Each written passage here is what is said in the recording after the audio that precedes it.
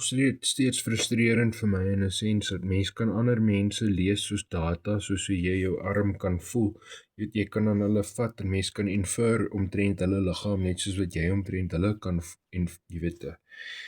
kom jy so sê, jy weet hoe jy van jouself weet en hoe jy van jou ander mense weet is baie similar in terms want hulle gebruik letterlik die same materials en die same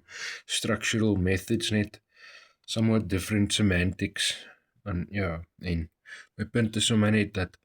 ek kan nie van jou oë af sien nie tensy my thalamus en jou thalamus geconnect is in 'n meer direct way nie. Anders gaan dit altyd sending messages wees en nie sharing qualia nie.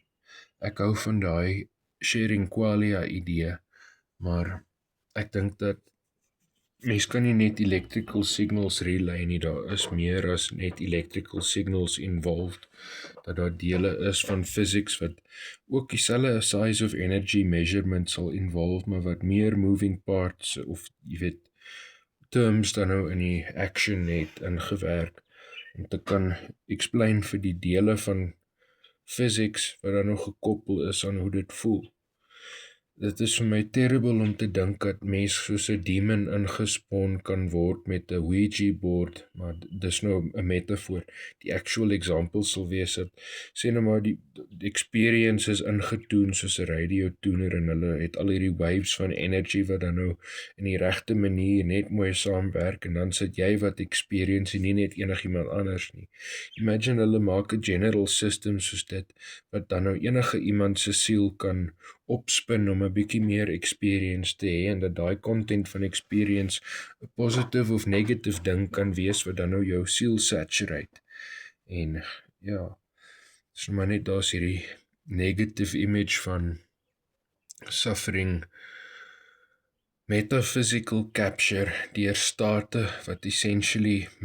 technology gebruik om die proses van lewe te interrupt in sy native manier van operation, asof die lewe naïef was en daar social, jy weet, security holes was en biological security holes wat geëxploit kon word beter deur